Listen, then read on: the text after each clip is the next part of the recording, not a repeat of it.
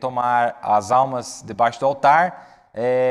Houveram várias perguntas que foram feitas a respeito desse assunto e eu decidi que gostaria de voltar e realmente algumas coisas se abriram assim de uma maneira mais detalhada, vamos dizer assim, que eu tenho certeza que vai ajudar vocês. Vocês me acompanhem com atenção e basicamente o que nós estaremos falando nesta noite é o seguinte: todos nós sabemos, vamos começar bem do começo aqui, todos nós sabemos que cada um de nós que está vivendo sobre a Terra, nós temos um corpo físico e dentro desse corpo físico habita um homem espírito, não é?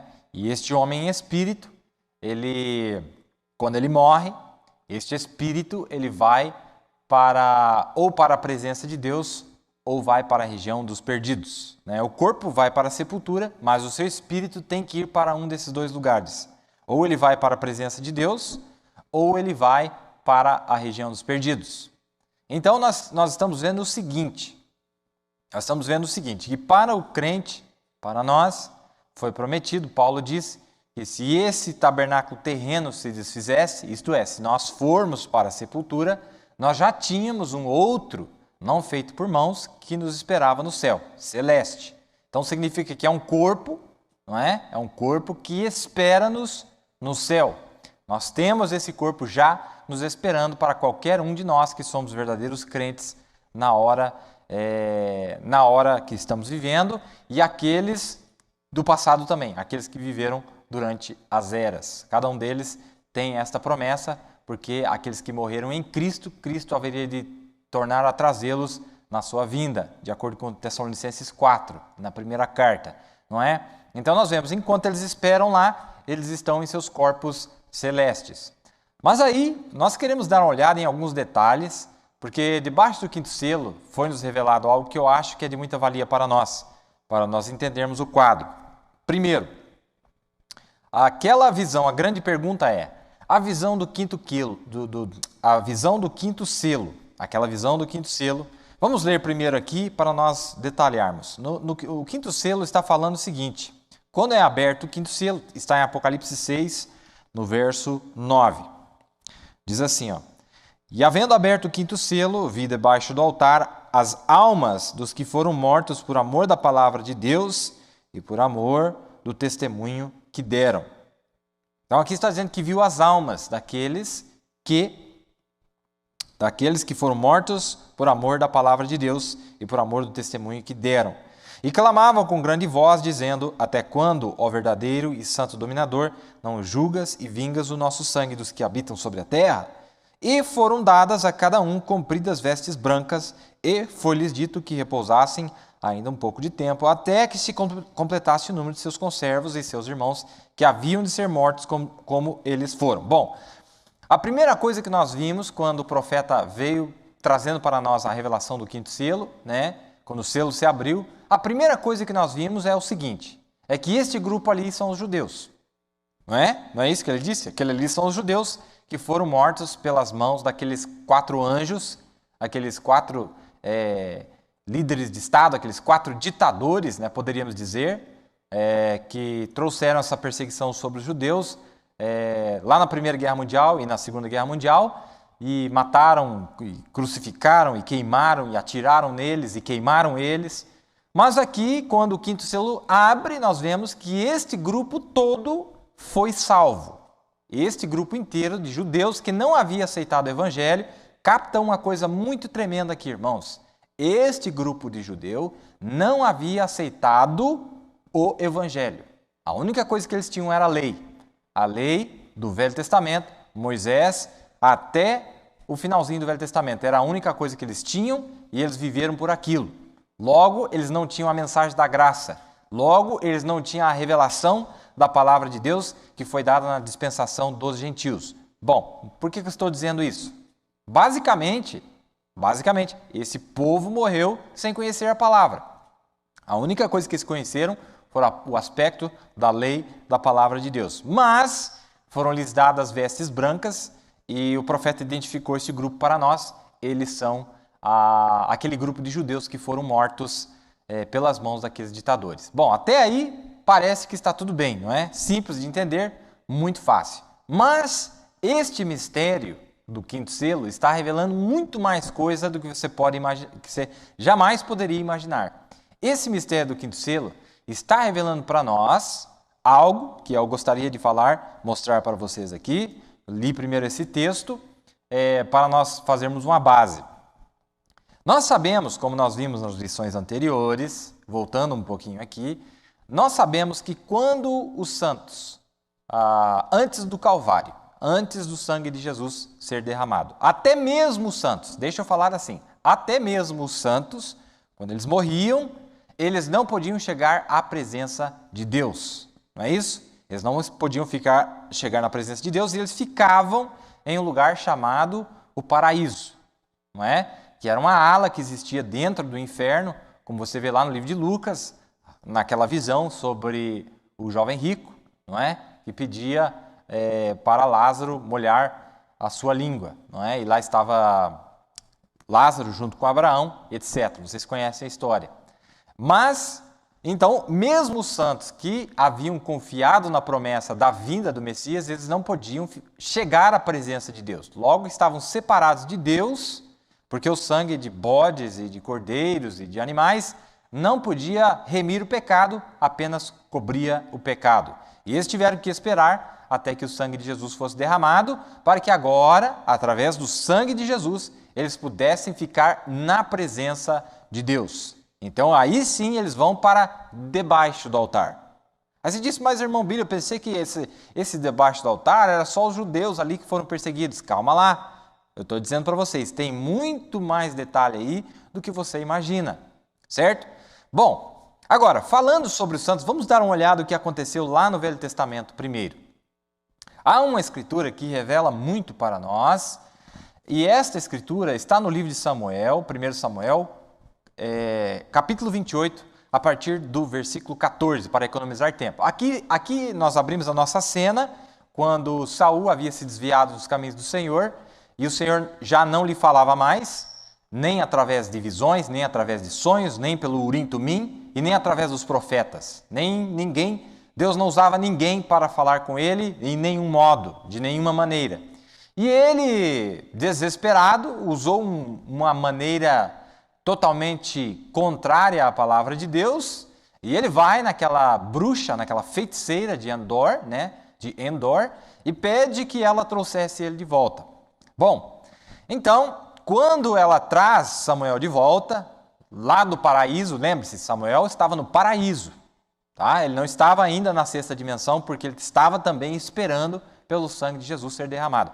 Ele estava no paraíso. E quando ele estava no paraíso, que ele vem subindo para a presença de Saul, Saul pergunta para esta mulher e diz assim, ele disse, como é a sua figura? E disse ela, vem subindo um homem velho, e está envolto numa capa, entendendo Saul, que era Samuel, inclinou-se com o rosto em terra e se prostrou. Você prestou atenção aí no texto bíblico? Que está dizendo que quando Samuel aparece para Saul, ele não era jovem. Ele não estava em um corpo jovem. Você notou aí? Não disse que ele estava, um jovem apareceu, mas disse que uma pessoa idosa apareceu e vestido exatamente da mesma maneira que ele se vestia quando ele estava aqui na terra. Bom, agora nós vamos ver aqui que esta visão, ela contém muito mais, esse texto contém muito mais do que nós poderíamos imaginar. Então, no Velho Testamento, lá no Velho Testamento, estamos indo direto ao nosso assunto aqui, preste bem atenção, vai anotando aí. No Velho Testamento, quando uma pessoa morria, qualquer um daqueles que morreram no Velho Testamento, quando eles entravam no paraíso, lá nessa região, chamado paraíso, eles ainda não tinham aquele corpo teofânico que o profeta viu na sexta dimensão. Não, Senhor. Eles ainda não tinham aquele corpo. Aquela promessa só pôde entrar em vigência, só pôde entrar em efeito a partir do derramamento do sangue de Jesus. Certo? Uma mensagem chamada Israel e a Igreja, de 1953, o profeta falando sobre estes santos que estavam no paraíso, ele diz o seguinte, esta mensagem, dia 26 de março de 53, Israel e a Igreja, número 2. Ele disse assim, falando que quando Jesus apareceu lá no paraíso, mais para frente, ele disse assim, eles fizeram com ele o que eles disseram que fariam, né? Mataram ele, e ele morreu, e sua alma desceu ao inferno e pregou as almas que estavam em prisão, tomou as chaves da morte e do inferno, do diabo, e voltou na manhã de Páscoa. E enquanto ele passava pelo paraíso, ele bateu na porta. Aleluia! Eu posso ouvi-lo dizer, filhos, filhos. E Abraão disse, quem é? Eu sou tua semente, a semente de Abraão. Daniel disse, quem é? Eu sou a pedra que foi cortada da montanha. Lá estão eles, os santos do Velho Testamento, esperando lá. Presta atenção que o profeta vai dizer, esperando para serem revestidos no paraíso. Esperando, lá estão eles, os santos do Velho Testamento, esperando para serem revestidos no paraíso. E ele abriu a porta e Abraão disse, nós vamos sair? Aí ele disse, está quase rompendo o dia na terra, se aprontem para irmos. Isso aqui está na mensagem Israel e a Igreja, número 2, de 53. Bom, o que eu estou dizendo aqui? As Escrituras estão mostrando para nós que quando Samuel volta de lá, ele ainda era um homem velho. Significa que ele precisava ainda ser revestido, lá no Velho Testamento, após o sangue de Jesus, precisava ser revestido para que fosse rejuvenescido. Mas não estamos ainda falando do corpo físico rejuvenescido. Nós estamos falando, aqui que está a chave, meus irmãos. Eu estou falando o seguinte, este corpo espírito, que as pessoas estão lá agora mesmo, na sexta dimensão, e na quinta dimensão, aquele corpo espírito daqueles que estão na quinta dimensão, eles não são corpos de pessoas jovens, mas são corpos reais. E a Bíblia chama esses corpos de alma. Ah, aqui que está o negócio. Alma. O que é uma alma, então? Aí você diz, não, irmão Billy, mas calma lá que eu vou ler para vocês. O profeta vai explicar certinho para nós. Eu disse para vocês que eu quero polir este assunto que nós já falamos. Então grava aí. O corpo celeste de todos aqueles que morrem, seja eles que vão para a quinta ou a sexta dimensão, biblicamente falando, a palavra usada na Bíblia é alma. É um corpo celeste. A alma é um corpo celeste. Aí você diz, não, mas onde é que está isso? Vou ler para vocês onde é que o irmão Branham está dizendo para você, que a alma é um corpo celeste. Veja, na mensagem, deixa eu ver uma aqui primeiro, que ele fala perguntas e respostas sobre Hebreus e também Hebreus capítulo 2, parte 3. Veja bem. Na mensagem Hebreus capítulo 2, parte 3, de 1957, de 28 de agosto, ele diz assim, ó. Olha o que o Mombrana vai demonstrar para nós aqui. Capta isso aqui, meu irmão. Capta isso aqui. Essa lição é muito importante, porque ela vai conectar com algo que nós estamos tentando trazer já faz tempo para vocês, certo? Vamos certificar que nós vamos pegar isso aqui certo. Agora, o Logos que saiu de Deus, que era o Logos, e começou a se formar em um formato de um corpo. Lembra da luz, a coluna de fogo? Estávamos ouvindo ainda esse final de semana, através do irmão Vinho, ele estava falando sobre isso. E aquele Logos se formou em um corpo. A aparência era um corpo físico, mas não era um corpo de carne. O que é isso que nós chamamos? Teofania.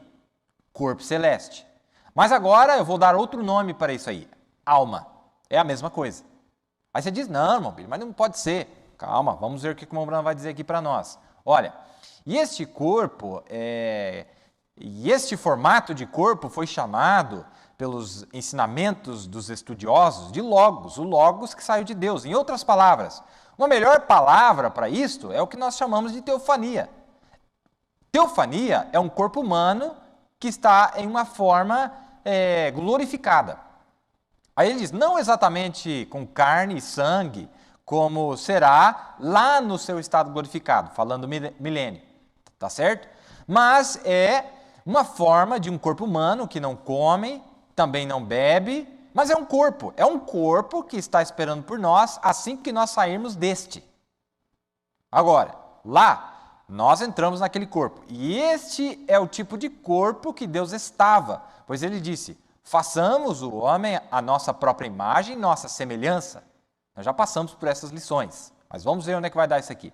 Agora, quando o homem entrou naquele corpo, ele tinha controle dos peixes e das aves e das bestas do campo, e não havia homem para arar o solo. Em Gênesis 2, ele fez macho e fêmea, mas não havia homem para arar o solo. Então Deus fez o homem do pó da terra, ele lhe deu uma mão como de um chimpanzé, lhe deu um pé como de um urso, e fez a sua imagem.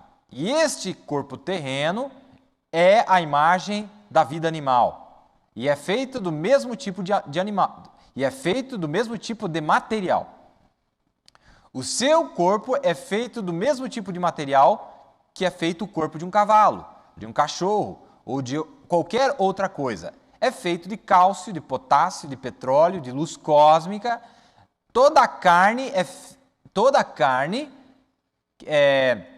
Nem toda carne é o mesmo tipo de carne, é carne diferente, mas todas são feitas do pó da terra, de onde todas vieram. Muito interessante isso aqui, viu, irmãos? Apenas um comentáriozinho aqui. Antes de Deus manifestar os animais na terra, Deus já havia criado o espírito. Sabia que animais têm espírito? Sim. Eles só não têm alma, mas eles têm espírito, inteligência. Como que fala? Eles têm o instinto animal, não é? E quando Deus havia criado todos os animais na sua mente, tinha a vida desses animais na sua mão, a única coisa que ele fez na terra, ele formou um corpo do pó da terra, que ele já havia criado, e aquela vida do determinado animal entrou naquele determinado corpo. A natureza e a vida do cavalo entrou naquele corpo do cavalo. A natureza e a vida do cachorro entrou naquele corpo, no desenho de um cachorro. A natureza e a vida das aves entraram nas aves, nos pássaros. A natureza e a vida dos peixes entraram naquele que ele fez do pó da terra. É tudo feito do mesmo pó da terra, disse o irmão Brana. Tudo bem. Aí ele continua dizendo assim, mas a diferença entre o animal e o homem é que Deus colocou uma alma no homem e ele não colocou uma alma no animal. Mas a alma que estava no homem é aquela teofania. Está vendo aí? Mas a alma que estava no homem é aquela teofania. Isso aqui está na mensagem chamada Hebreus capítulo 2, parte 3, dia 28 de agosto de 57. Também, em perguntas e respostas sobre os Hebreus, sobre o livro de Hebreus, parte 2, ele disse assim, olha aqui, capta mais isso aqui. Você lembra que a Bíblia diz, na primeira carta de Pedro, no capítulo 3, verso 18, por ali, verso 18 em diante, que depois que Jesus foi crucificado, ele a sua alma desceu ao inferno e pregou para os espíritos que estavam em prisão. Não é isso que diz lá? Agora o profeta vai dizer para nós quem eram esses espíritos. Lá chama de espíritos, não é? Lá está dizendo que eram espíritos. Agora o profeta vai dizer para nós o que é aquele espírito. Bom, agora, notem, ele disse assim, o seu corpo estava na sepultura e sua alma estava no inferno pregando, vivo. E aí, como que fica, diz o profeta? Ele estava em sua teofania novamente, sua alma estava lá embaixo, com aquelas pessoas que estavam em teofania também. Tanto ele quanto as pessoas estavam em forma de teofania. E lembra que a Escritura diz que não deixarei tua alma no inferno? Lembra? Não deixarei tua alma no inferno e nem que o teu santo veja corrupção. Não é isso que diz lá? Não deixarei tua alma no inferno e não deixarei que o teu santo veja corrupção? Bom, para mostrar que Jesus desceu em forma de teofania, a sua alma, e aqueles que estavam lá estavam em forma de teofania, as almas em prisão. Como é que ele intitulou a mensagem lá? Espíritos que estão em prisão agora ou almas que estão em prisão agora?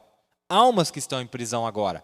E as escrituras que ele usou para pregar aquela mensagem está na primeira carta de Pedro, capítulo 3, verso 18, e também na segunda carta de Pedro, capítulo 2, verso 4. Num lugar está dizendo que era anjo, no outro lugar está dizendo que era espírito. E agora estou adicionando outra palavra para mostrar que é a mesma coisa. Alma. Aí você diz, irmão Billy, mas você não está meio confuso isso aí? Calma que se Deus me ajudar e você tiver um pouquinho de paciência, nós vamos deixar isso aqui bem claro para você. Eu quero mostrar algo tremendo para vocês aqui. Eu, pelo menos, acho tremendo e vai ajudar você muito. Tudo bem. Então, ele desceu lá, a sua alma desceu lá com aquele povo que estava em teofania também. Ele estava em sua teofania, sua alma, que desceu lá com aquele povo que estava em teofania também. Que coisa, hein, irmãos? O que nós estamos falando aqui? Isso aqui está em perguntas e respostas sobre Hebreus, número 2, a partir do parágrafo 412. Tá? Ele está falando isso. Bom, vamos voltar aqui na nossa lição um pouquinho. Lembre-se que nós estamos falando as almas que estão na sexta dimensão e as almas que estão na quinta dimensão. Qual é a diferença entre uma e outra? Não é? Então, nós estamos vendo que tem almas na sexta dimensão, tem almas na quinta dimensão. Não é? Tudo bem. Então, nós vimos que antes do sangue